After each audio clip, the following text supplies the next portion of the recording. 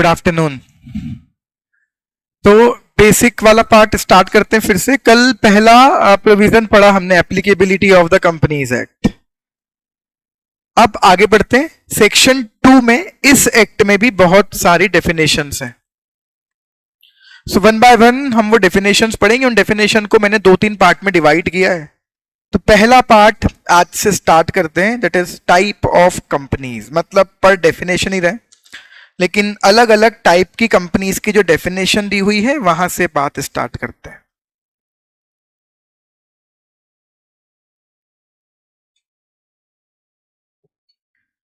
तो देखिए, जनरली हम कुछ भी पढ़ लें इस एक्ट में, कंपनी ना दो ही तरह की होंगी, प्राइवेट या पब्लिक। आप किसी भी टाइप की कंपनी पढ़ लो, आपने बहुत सारे नाम फाउंडेशन में भी सुने होंगे। Holding company, subsidiary company, small company, dormant company, OPC, section 8 company.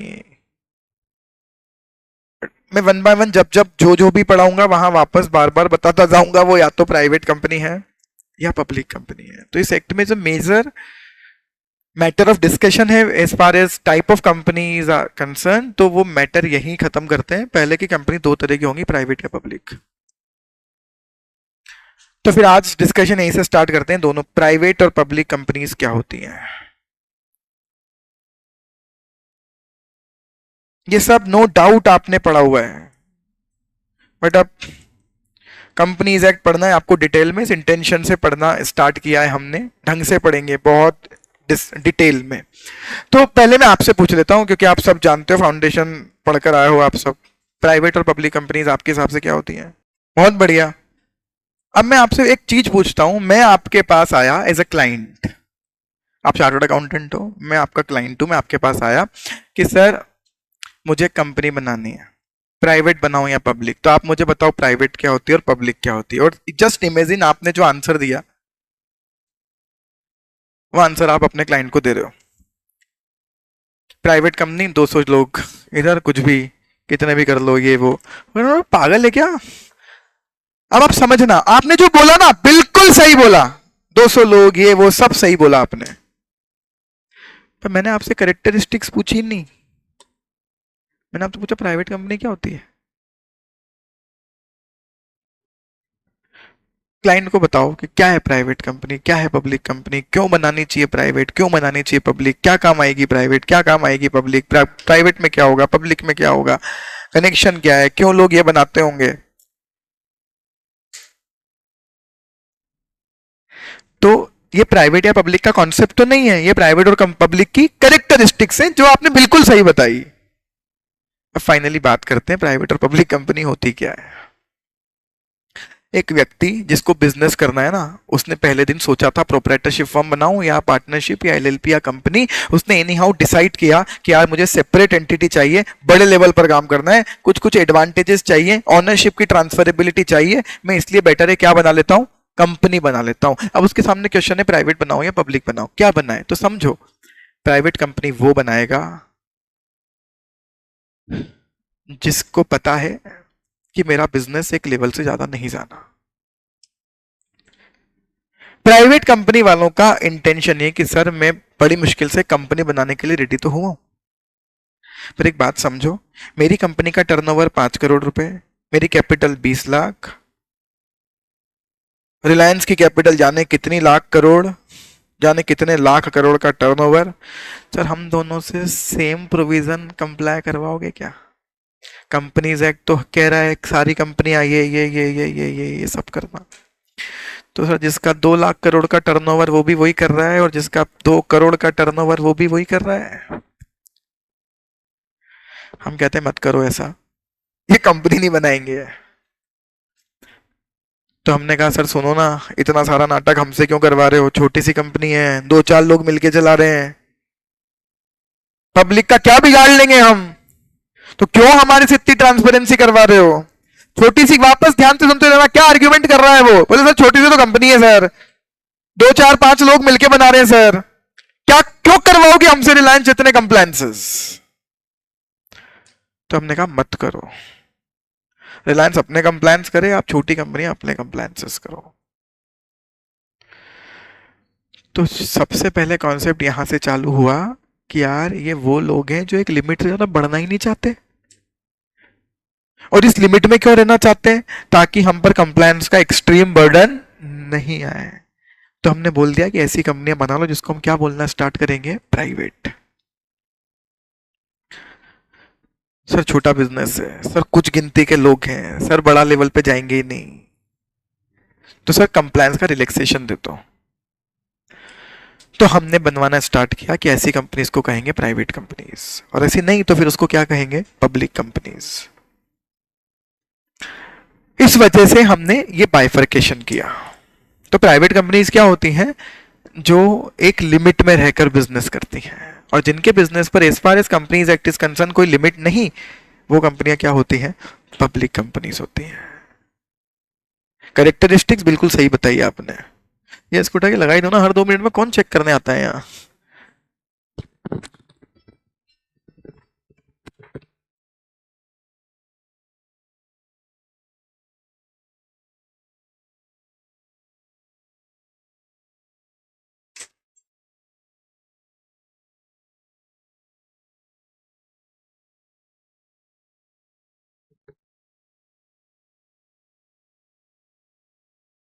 ठीक है, चलिए आगे बढ़ते हैं। तो अब प्राइवेट कंपनी क्या करे, जब आपने ही कहा छोटा सा तो बिजनेस है ना, 2-5 तो लोग हैं सर, सर लिमिट में रहेंगे, पर रिलैक्स कंप्लायंस भी लिमिट में रखना। तो हमने कहा फिर लिमिट में रहना। फिर लॉ मेकर ने उन पर 3 लिमिट्स लगा दी जो आप बोल रहे थे। पहली चीज, लॉ मेकर ने उनसे कहा कि कभी भी अपने नंबर ऑफ मेंबर्स 200 से ज्यादा मत करना। तुम क्या कह रहे हो सर, कुछ गिने चुने तो लोग हैं सर, 2-5 लोग बिजनेस कर रहे हैं सर, क्या छोटा सा बिजनेस है। तो हमने कहा फिर एक लिमिट से ज्यादा तुम्हारे मेंबर्स नहीं रखने देंगे। अब वो लिमिट लॉ मेकर जो तय कर दे उसका कोई लॉजिक नहीं होता। फिर कंपनीज एक्ट 1956 तक ये लिमिट 50 थी, फिर उसके बाद जब लॉ मेकर को लगा कि नहीं यार थोड़ा सा और रिलैक्सेशन दे दो, तो बढ़ाकर 200 कर दी। Number of members maximum 200। Next बात बोली, फिर इनको कहा कि सुनो तुम कह रहे थे ना गिने चुने लोग हैं सर, क्लोज बिजनेस कर रहे हैं, तो फिर ऑनर भी तुम्हारे क्लोज होंगे, तो फिर तुम्हारे ऑनर्स को बोल देना कि हर किसी को शेयर ट्रांसफर नहीं करे। फिर करोगे तो क्या होगा, बोले फिर तो कोई भी अलता भलता ऑनर बन जाएगा, कोई भी अनकनेक्टेड पर्सन ऑनर बन जाएगा। तुम तो कह रहे थे सर 2-5 गिने चुने लोग हैं, आसपास के लोग हैं, कनेक्टेड लोग हैं, हम ही बिजनेस कर रहे हैं, तो फिर किसी अदर व्यक्ति को शेयर मत दे देना। तो बोले सर क्या मैं शेयर ट्रांसफर नहीं कर पाऊंगा क्या, बोले कर लेना, लेकिन इतना इजीली नहीं होंगे जितना इजीली पब्लिक को करेंगे, कि तुमने कहा था छोटा सा बिजनेस है, कौन तुम्हारे छोटे से बिजनेस में नया ऑनर क्यों ना कोई क्यों आना चाहेगा। तो सुनो क्या बोल दिया इनको, शेयर्स का ट्रांसफर क्या होगा, प्रोहिबिटेड, रिस्ट्रिक्टेड। मतलब शेयर ट्रांसफर हो सकते हैं, हाँ कुछ और कंडीशन फुलफिल करके। मेन कंडीशन क्या होती है रियल लाइफ में, कि बोर्ड के अप्रूवल लेके ही प्राइवेट कंपनी के शेयर ट्रांसफर हो पाते हैं। So whenever you want to transfer the share, you need to take the approval of the board. Simple. Shares का ट्रांसफर रेस्ट्रिक्टेड होगा। फिर क्या कहा कि तुमने कहा ना गिने चुने तो लोग हैं सर, छोटा सा बिजनेस कर रहे हैं, तो फिर पब्लिक को इन्वॉल्व मत करना, पब्लिक को इन्वॉल्व मत कर। तुमने बार बार कहा सर हमको सर बख्श दो सर, कंपनी बना रहे हैं एडवांटेज लेने के लिए, कंपनी के डिसएडवांटेज हो जाएंगे, जो रिलायंस कर रहा है वही हमसे करवाओगे। तो हम बोल रहे सर रिलायंस पब्लिक से पैसा ले आई, तू मत लेकर आना। तो हम क्या बोल रहे हैं, रिस्ट्रिक्शन या प्रोहिबिशन, अब प्रोहिबिशन है, प्रोहिबिशन ऑन पब्लिक ऑफर, किस चीज का, ऑफ एनी सिक्योरिटी। आपने कहा था सर छोटे लोग लिमिट में रहेंगे, रिलैक्सेशन दे दो, तो हमने लिमिट लगा दी। फिर हमने बोला ठीक है लिमिट में रहना, ये 3 लिमिट्स हैं। एंड आई रियली नो कि आपको ये तीनों लिमिट्स आती हैं, ये कैरेक्टरिस्टिक्स आपने पढ़ी हुई है, बट बेसिक फंडामेंटल ये कि वो कह रहा था छोटा बिजनेस है रिलैक्सेशन दे दो। आगे आते हैं, पब्लिक क्या होती है, which is not a private. यहां तक आपको सबको सब कुछ आता है? चलिए, तो मेरे कुछ क्वेश्चंस के आंसर देना।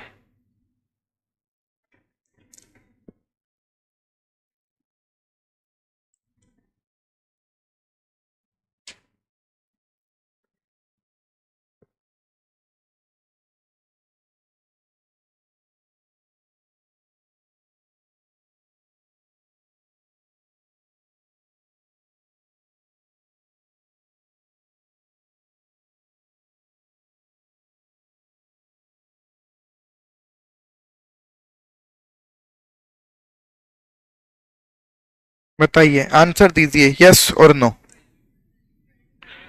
प्राइवेट में,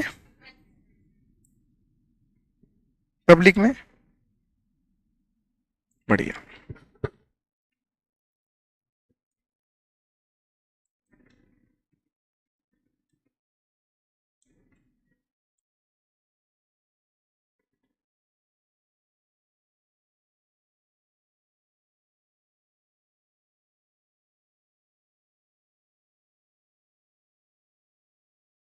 प्राइवेट में नो, पब्लिक में यस।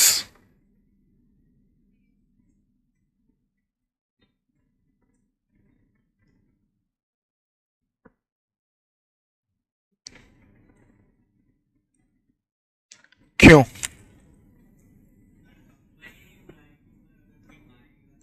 फ्रीली ट्रांसफरेबल, ट्रांसफरेबल बात चल रही है। शेयर्स का गलत लाइन पे जा रहे हो। शेयर्स का ट्रांसफर रिस्ट्रिक्टेड है, डिबेंचर्स का ट्रांसफर रिस्ट्रिक्टेड है क्या? नहीं। मैं बता रहा हूं कि आपने यही डेफिनेशन मैं भी पढ़ा रहा हूं, ये सब आपने पहले पढ़ा हुआ है। मैं आपसे कुछ क्वेश्चंस पूछ रहा हूं। क्या डिबेंचर्स के ट्रांसफर पर कोई रेस्ट्रिक्शन है? नहीं। तो debentures are freely transferable even of private company.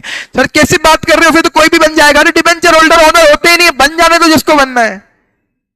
हमने कहा था सर गिने चुने तो ऑनर है, सर गिने चुने तो लोग हैं, डिबेंचर होल्डर ऑनर होते नहीं, बन जाने तो जिसको बनना है। ठीक, नेक्स्ट।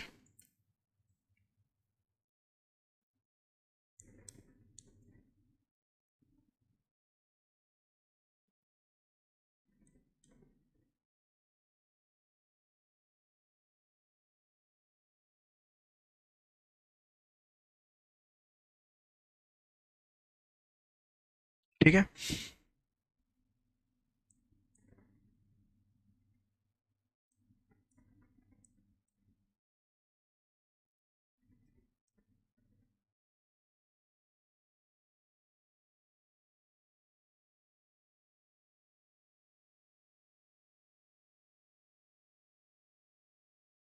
क्यों? पब्लिक ऑफर तो आप किसी भी सिक्योरिटी का नहीं ला सकते, क्योंकि फिर तो पब्लिक से पैसा ले लिया आपने। फिर तो आपने किसका पैसा ले लिया? पब्लिक का।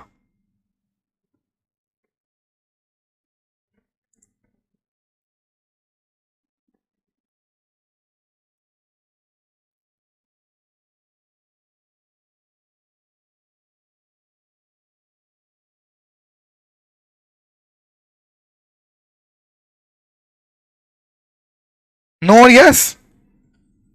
इक्विटी शेयर लिस्ट करवा सकता हूं, प्राइवेट के नहीं, पब्लिक के हाँ। अच्छा, क्या क्या क्या काम है, कहां से आ गया लिस्टिंग? लिस्टिंग से क्या हो जाएगा? लिस्टिंग से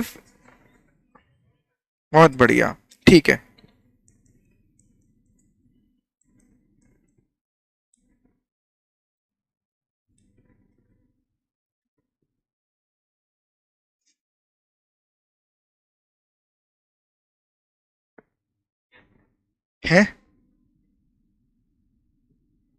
कुछ लोग कुछ और बोल रहे हैं, एक दो लोग।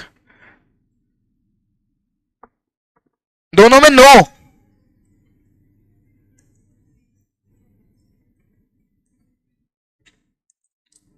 अब देखो, आपने ये डेफिनेशन आपने पढ़ी हुई है, इसी डेफिनेशन की चीरफाड़ कर रहा हूं, पोस्टमार्टम कर रहे हैं। अरे ये कहां से आ गया सर? लिस्टिंग से क्या होता है?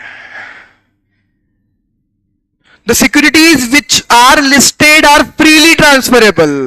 लिस्टिंग से सिक्योरिटीज क्या बन जाती है? Freely transferable. और हमें फ्रीली ट्रांसफरेबल क्या नहीं रखना? शेयर्स नहीं रखने। क्या डिबेंचर फ्रीली ट्रांसफरेबल हो सकते हैं प्राइवेट के? हाँ, तो प्राइवेट कंपनी के डिबेंचर लिस्ट हो सकते हैं। सर क्या बेवकूफ जैसी बात कर रहे हो? प्राइवेट कंपनी के डिबेंचर लिस्ट हो सकते हैं? हमको तो किसी ने बताया था प्राइवेट कंपनी लिस्ट ही नहीं हो सकती। जिसने भी बताया था गलत बताया था, गलत ध्यान है, नहीं समझ में आता उनको। अगर किसी ने सब बोला होगा भी, मुझे नहीं लगता किसी ने बोला है तो अधूरी नॉलेज है उनको। कहीं नहीं लिखा हुआ है कि प्राइवेट कंपनी लिस्ट नहीं हो सकती, प्राइवेट कंपनी के इक्विटी लिस्ट नहीं हो सकते। अरे सर मैं बताता हूं कहां लिखा हुआ है। यहां लिखा हुआ है कि प्राइवेट कंपनी पब्लिक ऑफर किसी भी सिक्योरिटी का नहीं ला सकती। अब जब पब्लिक ऑफर ही नहीं ला सकती तो लिस्टिंग कैसे होगी? सर ये भी तो होता है, लिस्टिंग करवाने के लिए क्या लाना पड़ता है? आईपीओ। और प्राइवेट कंपनी आईपीओ नहीं ला सकती, ना तो इक्विटी का और ना ही डिबेंचर का। यही लिखा आपने, can make public offer of debenture. Private company ना तो पब्लिक ऑफर डिबेंचर का ला सकती है, ना ही पब्लिक ऑफर इक्विटी का ला सकती है। तो लिस्टिंग कैसे होगी? तो ये कहीं नहीं लिखा है कि डिबेंचर केवल पब्लिक ऑफर से लिस्ट होंगे। प्राइवेट कंपनी के डिबेंचर लिस्ट हो सकते हैं बाय मेकिंग प्राइवेट प्लेसमेंट। जाने कितनी प्राइवेट कंपनियां हैं हमारे देश में जिनके डिबेंचर स्टॉक एक्सचेंज पर लिस्टेड है। क्योंकि रेस्ट्रिक्शन, फ्रीली ट्रांसफरेबिलिटी का रेस्ट्रिक्शन इक्विटी पर है, डिबेंचर पे नहीं है, इसलिए डिबेंचर फ्रीली ट्रांसफरेबल हो सकते हैं। तो करवा दो उनको लिस्ट। पब्लिक ऑफर नहीं ला सकते ना, तो सेबी का प्रोविजन है कि बिना पब्लिक ऑफर के प्राइवेट प्लेसमेंट के थ्रू प्राइवेट कंपनी के डिबेंचर लिस्ट हो सकते हैं। And once these debenture are listed it becomes freely transferable. Trading हो जाएगी, मतलब लिस्टिंग हो जाएगी, ट्रेडिंग हो जाएगी। वो वैसे भी फ्रीली ट्रांसफरेबल है और हो जाएंगे। ठीक, आपको नोट करना है तो पहले कर लो, फिर आगे बढ़ते हैं।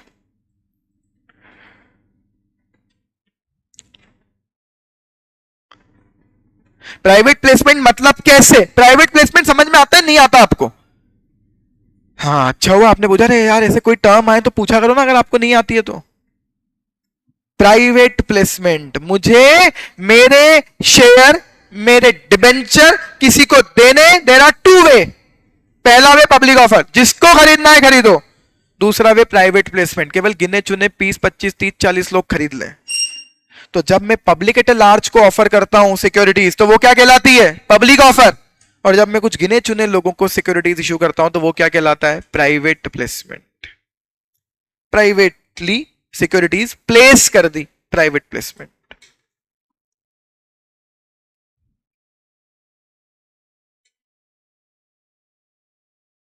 एक मिनट, प्राइवेट कंपनी पर यह भी रेस्ट्रिक्शन होता है क्या? देखो क्या होता है कि ट्रांसफर से रिलेटेड केवल रेस्ट्रिक्शन लगा दो आप अपने आर्टिकल्स में। अब वो इंडियन कंपनी एग्जाम्पल नहीं, ठीक है। आप देखो गूगल पर, गूगल कर लो खुद ही, अभी मैं कर देता हूं आपके सामने।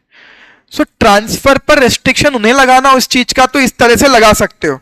अदरवाइज ये कोई लॉफुल या ये लॉ में कंपलसरी नहीं किया हुआ है कि ट्रांसफर करने के पहले फुली पेड अप होने चाहिए। इवन लिस्टेड कंपनी के शेयर फुली पेड अप की जगह पार्टली पेड अप हो सकते हैं। और इवन वो पार्टली पेड अप हो, कंपनी ने अभी पैसे नहीं मंगवाए, स्टिल वो ट्रांसफरेबल है क्योंकि स्टॉक एक्सचेंज पे तो ट्रेडिंग चल रही है, तो हो सकता है। पर अगर मैंने आर्टिकल में लगा दी रेस्ट्रिक्शन उस तरह के तो बात अलग है। अच्छा, ये तीन रेस्ट्रिक्शन लगाती कहां है प्राइवेट कंपनी? ये तीन रेस्ट्रिक्शन कहां लिखे हुए हैं?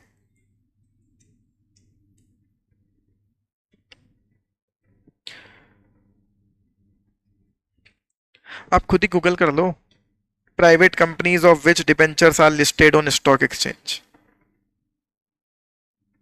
मिल जाएगा आपको।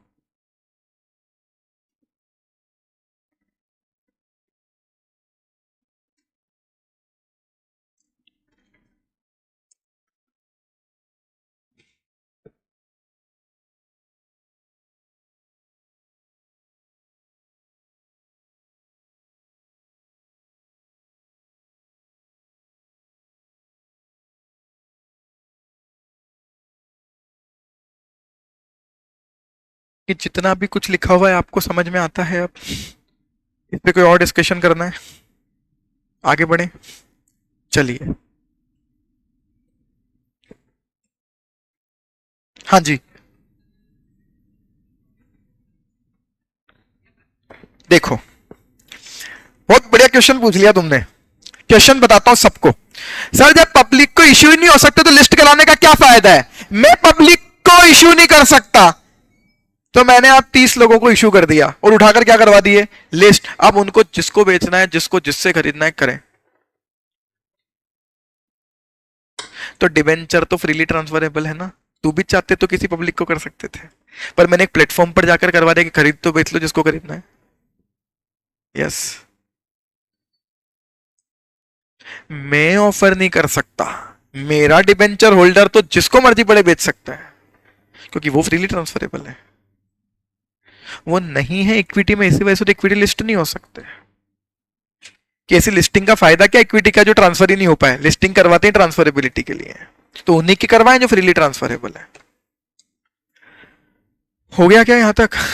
अब एक वर्ड आया, वो भी क्लियर कर देता हूं आपको। एओए। क्या होता है एओए? Article of association. ये वर्ड जानते हो आप? Chartered document.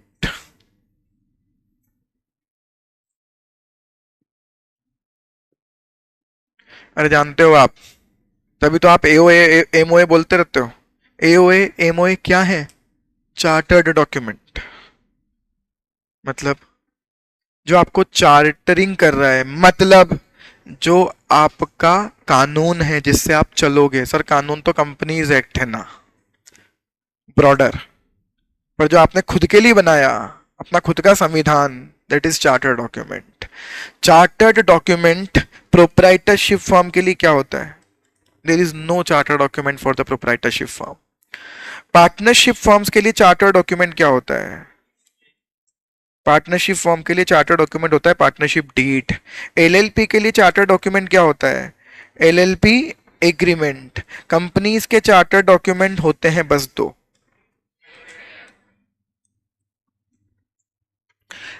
एओए मतलब, और एमओए मतलब, ये मतलब नहीं है, ये है फुल फॉर्म।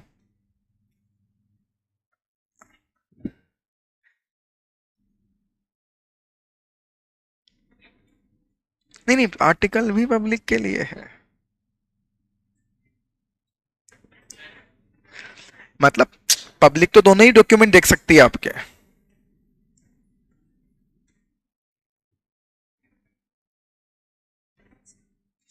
अच्छा मुझे ये बताओ, उस पर भी बात करते हैं, जो भी डिस्कस किया वो तो बात कर ही रहे हैं। एक और चीज बताओ मुझे, ये क्या फुल फॉर्म क्या है? आपने कभी दिमाग नहीं लगाया क्या क्या क्या नाम है?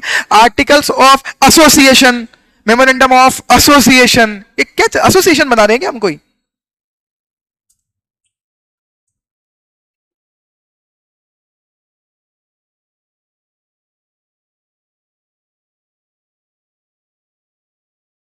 तो एसोसिएशन ही बना रहे हो।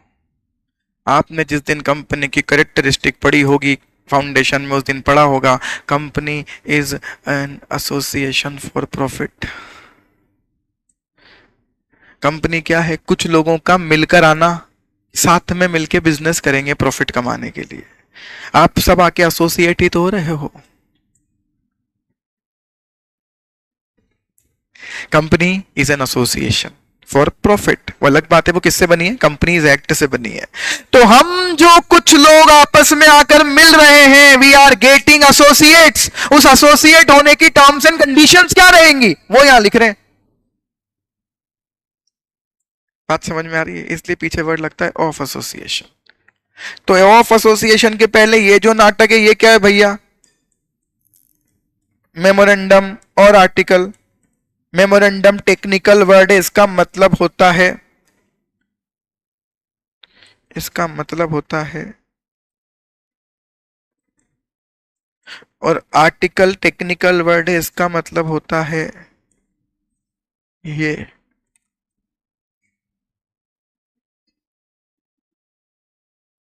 पढ़ लेंगे यार, कंपनीज एक्ट तो पढ़ाई पढ़ ही लेंगे, पढ़ ही रहे हैं। इसी को साला जो हमको पता है उसके बाद भी समझ नहीं आता।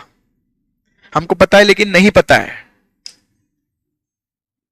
हम साथ में मिलकर आ तो रहे, कैसे चलाएंगे? बोले ऐसे चलाएंगे। क्या क्या करेंगे? बोले यहां लिख रहे हैं। तो क्या लिखते हैं मेमोरेंडम में? मेमोरेंडम में कोई रूल लिखा हुआ नहीं होता है। Memorandum is only informatory document. अब आप खुद ऑब्जर्व कर लो, memorandum is only informatory document. आपने लिखा है कंपनी का नाम क्या रखेंगे, कंपनी का सिचुएशन कहां रखेंगे, रजिस्टर्ड ऑफिस का स्टेट कौन सा होगा, कंपनी का ऑब्जेक्ट क्या होगा, कंपनी की कैपिटल क्या होगी, कंपनी के शेयर होल्डर की लाइबिलिटी क्या होगी, और कौन कौन लोग शेयर सब्सक्राइब कर रहे हैं, डेट सीट। इसमें एक भी रूल है क्या? इंफॉर्मेशन है। मेमोरेंडम का मतलब ही होता है इंफॉर्मेशन, इंफॉर्मेटरी डॉक्यूमेंट। और आर्टिकल का मतलब होता है अंतर्नियम, हिंदी में अंतर्नियम, otherwise normal word rules and regulations. और समराइज करूं तो memorandum of association is informatory document, an articles of association are internal rules and regulations. कैसे चलाएंगे कंपनी, वो यहां लिखते हैं। और कंपनी किन इंफॉर्मेशन के बेसिस पर बनी है, वो मेमोरेंडम पे लिखते हैं। क्या ये एक तरह के एग्रीमेंट है? यस, ये एक तरह के एग्रीमेंट है। जिस एग्रीमेंट को कर कर आप कंपनी बनाकर उसे चलाओगे, और जिस तरह से एग्रीमेंट में क्लोज होते हैं, इसीलिए यहां भी क्लोज होते हैं। ये एक एग्रीमेंट है, इसीलिए आपने वर्ड सुने होंगे नेम क्लोज। क्लोज एग्रीमेंट में होते हैं। जिस तरह से एक्ट को डिवाइड करते हैं सेक्शंस में, कॉन्स्टिट्यूशन डिवाइडेड है आर्टिकल्स में, उस तरह से कोई भी एग्रीमेंट डिवाइड होता है क्लोजेस में। और ये एक तरह का एग्रीमेंट है जो हमारे बीच में हुआ है, यहां क्लोज होते हैं। ये नाम सुने आपने, name close, situation close, object close, capital close, liability close, association close, या उसको एक और नाम देते हैं सब्सक्राइबर्स क्लोज। कभी करेंगे इनके बारे में डिटेल में और बात करेंगे किसी दिन। ओके। हाँ बेटा, कितनी भी बड़ी हो सकती है कंपनियां तो, there is no limit. Private company में भी आज की डेट में कोई लिमिट नहीं है कितना टर्नओवर हो सकता है, कितना। देखो एक बात बताओ, क्या रिस्ट्रिक्शन लगाया आपने? कोई टर्नओवर पे रिस्ट्रिक्शन लगाया, कैपिटल पर रिस्ट्रिक्शन लगाया, नंबर ऑफ मेंबर्स पर रिस्ट्रिक्शन लगाया? हाँ लगाया। तो अगर 100 लोग मिलकर पैसा ला रहे हैं, उस पैसे से 10,000 करोड़ का बिजनेस चल रहा है, कर सकते हैं? कर लो। 5,000 करोड़ रुपए का प्रॉफिट कमा रहे हैं, कमा लो। अरे जब हम आर्टिकल शिप करते थे ना, तब इंदौर में जहां हम एक क्लाइंट थे हमारे सर के, वो प्राइवेट कंपनी बनी हुई थी, और उस समय उस कंपनी का टर्नओवर था 5,000 करोड़ रुपए। इंदौर की ही private company, private company, shareholder 2 था, खुद का ही पैसा। कौन सा रिस्ट्रिक्शन है? कहां रिस्ट्रिक्शन? रिस्ट्रिक्शन 3 है, इनसे ज्यादा आगे नहीं जाना है। कंपनी का नाम मैं नहीं बताना चाहता, बताऊंगा भी नहीं। मतलब मैं क्यों बताऊंगी, मैंने आर्टिकल शिप करी है ये वो, बट ठीक है। तो जाने कितना टर्नओवर होगा उनका। तो एक और क्वेश्चन आता है, सर इतनी बड़ी कंपनी का भी हमें ऑडिट करते हैं क्या? यार आपको क्या लगता है हम घटिया लोग हैं क्या? क्या बनने जा रहे हो आप जीवन में सीए बनकर? क्या लग रहा है आपको 100-500 या 2-5 लाख 10 लाख रुपए के कंपनियों की ऑडिट करोगे आप, बाकी सब आपसे छीन लेंगे? कौन करेगा फिर ये? मोदी जी कर लेंगे? कौन करेगा? हम नहीं तो कौन करेगा ये तो बताओ। चाहे 1 लाख करोड़ का टर्नओवर हो या 1 लाख रुपए का, ऑडिट अगर होगा तो हम ही करेंगे। ऑडिट होगा तो हम ही करेंगे, इसीलिए पढ़ा रहे हैं आपको सब। अच्छा एक डाउट आता है, उसका भी आंसर दे देता हूँ। डाउट ये आता है कि सर फाइनेंस तो ठीक है, टैक्सेशन ठीक है, अकाउंटिंग ठीक है, हमको कंपनी लोग क्यों पढ़ाते हैं? ये हमारे कुछ काम आएगा क्या? कोई भी सब्जेक्ट पढ़ो तो पहले साला ये भी जान लो ये काम क्या आएगा, क्या कुछ ये, और देखो क्या काम आएगा। सबसे मेन काम आपके पास ये होता है, ऑडिट नहीं, ऑडिट भी अलग अलग लोग चीजों का होता है, तो उसमें एक मेन काम होता है कंपनी ऑडिट। यही तो बात कर रहे हैं कि 5,000 करोड़ का टर्नओवर है उस कंपनी का, ऑडिट क्या ऑडिट कर रहे हैं उस कंपनी ऑडिट में, किसने बोला इसके ऑडिट करो? कंपनीज एक्ट ने बोला कि हर कंपनी को ऑडिटर अपॉइंट करना कंपलसरी है। क्या करवाएगा कंपनीज एक्ट हमसे? क्या करवाएगा बताओ, क्यों अपॉइंट करवा रहा है कंपनीज एक्ट हमको? इस ऑडिट करने के लिए। किस बात की चेकिंग करोगे जाके? नहीं, बस यही गलतफहमी है अपनी। अगर फाइनेंस चेक करवाना होता आपसे केवल तो फाइनेंशियल ऑडिट ही बोलते ना उसको, कंपनी ऑडिट क्यों बोलते हैं? कंपनी ऑडिट बोल रहे हैं ना, इसका मतलब ऑडिट भूल जाओ। ऑडिट तो हो कर ही रहे हो आप, चेकिंग कर ही रहे हो। किसकी करनी है चेकिंग? कि कंपनी ने कंपनीज एक्ट के प्रोविजन कंप्लाई किए या नहीं किए, ये साइन करके आओगे आप। क्या साइन करके आओगे आप? कि कंपनी ने कंपनीज एक्ट के प्रोविजंस कंप्लाई करे या नहीं करे। कब चेक कर पाओगे ये? जब पहले आपको कंपनीज एक्ट बताओ। इसलिए पढ़ना है आपको, इसलिए आप माइंड सेट बना के रखो, आप कंपनीज एक्ट के भी एक्सपर्ट बनना है आपको, अदरवाइज आप कंपनी ऑडिट किस हक से कर रहे हो? जैसा आपको लगता है वैसा कई सीनियर चार्टर्ड अकाउंटेंट्स को भी लगता है, कई चार्टर्ड अकाउंटेंट्स को भी लगता है। वो कंपनी ऑडिट भी करते हैं तो बस बैलेंस शीट देख के खुश रहते हैं कि हाँ चेक कर लिया, इन फंड्स इधर उधर उधर इधर जो भी हो रहे हैं, अकाउंटिंग अकाउंटिंग सब चेक कर ली। साला ये तो करना ही था बैलेंस शीट बनाने के लिए, पर उस कंपनी ने किसी नहीं दे सकने वाले व्यक्ति को लोन तो नहीं दे दिया, शेयर साल के दौरान किसी और गलत व्यक्ति को ट्रांसफर तो नहीं हो गए, नंबर ऑफ मेंबर 200 से ऊपर तो नहीं चले गए। ये भी आपको ही देखना था, क्योंकि आप कंपनी ऑडिटर हो and your responsibility is to check whether the company has compliance with the provision of Companies Act or not. इसलिए पढ़ना है।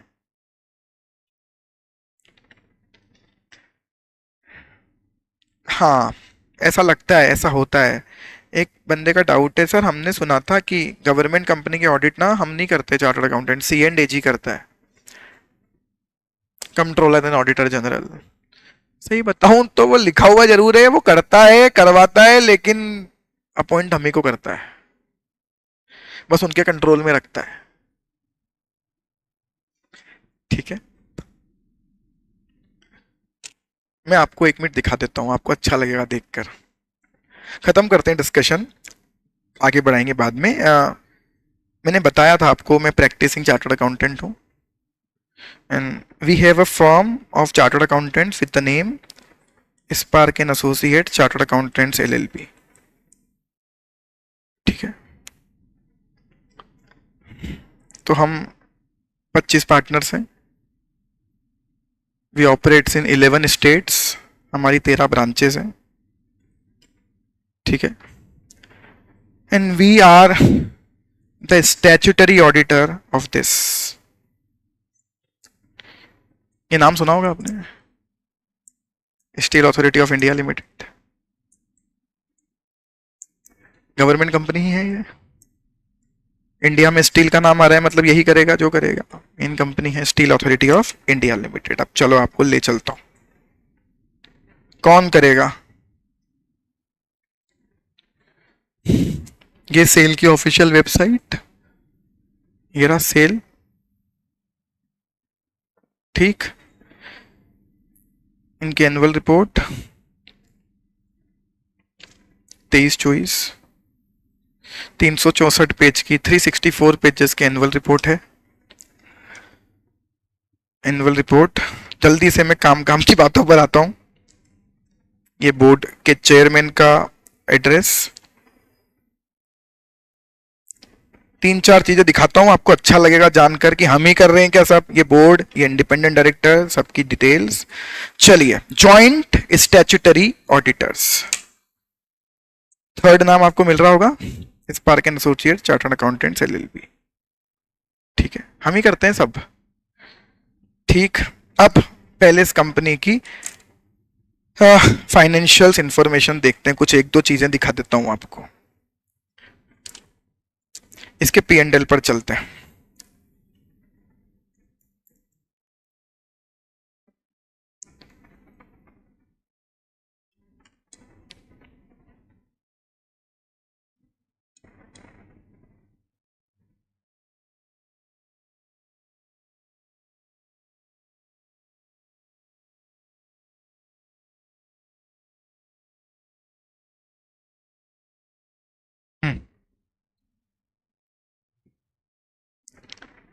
Profit and loss account, revenue from operation. अरे क्यों जा रहा है बार? अच्छा है, मैंने यार इस पे ब्राउजर पे खोल रखा है इसलिए प्रॉब्लम कर रहा है।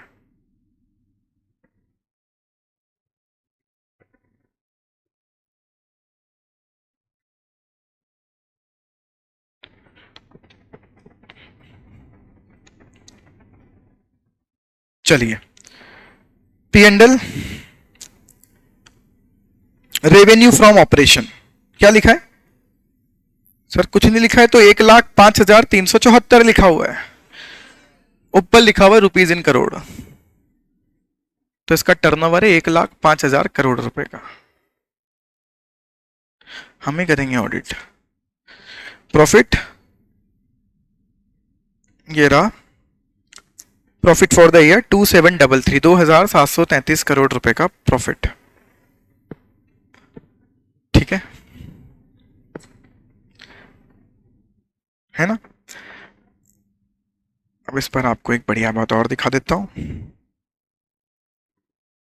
कॉन्फिडेंस आना चाहिए आपको, क्या है हम क्यों कर रहे हैं सब, जब कोई मतलब ही नहीं हमारा।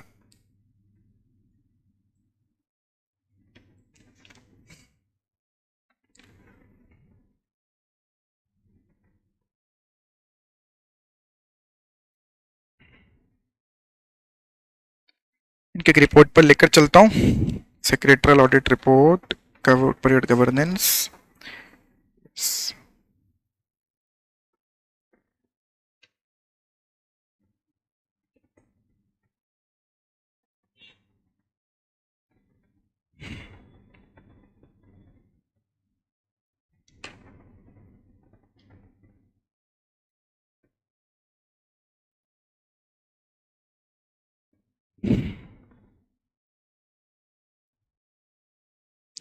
ब्राउजर में यही दिक्कत होती है।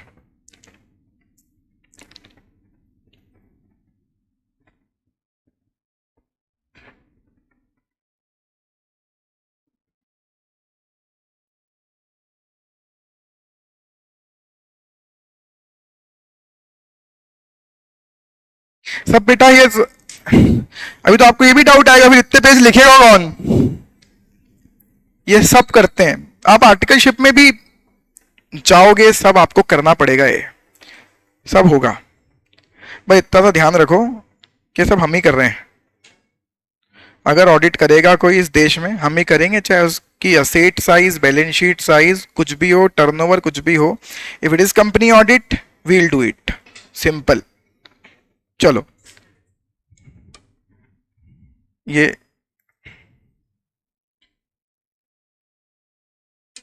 मैंने ही साइन की हुई है, ठीक है? तो क्या अलग से नहीं आते निकल कर? ठीक है, चलिए खत्म करते हैं। तो वापस से कोई लिमिट नहीं है प्राइवेट कंपनी के टर्नओवर पर, प्राइवेट कंपनी के कैपिटल पर, देयर इज नो लिमिट। जो रेस्ट्रिक्शंस हैं वो 3 हैं, और ये 3 रेस्ट्रिक्शंस जो आपको लगाने हैं वो कहां लगाने हैं? आपके आर्टिकल ऑफ एसोसिएशन में। और अगर ऑब्वियस है किसी कंपनी पर ऐसे 3 रेस्ट्रिक्शन नहीं है तो वो कंपनी कौन है? पब्लिक। मतलब उल्टा होता है ये सीधा ऐसा कि पब्लिक कंपनी वो जिस पर ऐसे कोई तीनों रेस्ट्रिक्शन नहीं है, वो पब्लिक कंपनी होगी। अभी बहुत कुछ डिस्कशन बाकी है और डिस्कस करना है अब हमें definition of private and public, फिर उससे आगे बढ़ेंगे, कल डिस्कस करते हैं यहां से आगे। Thank you so much, thank you.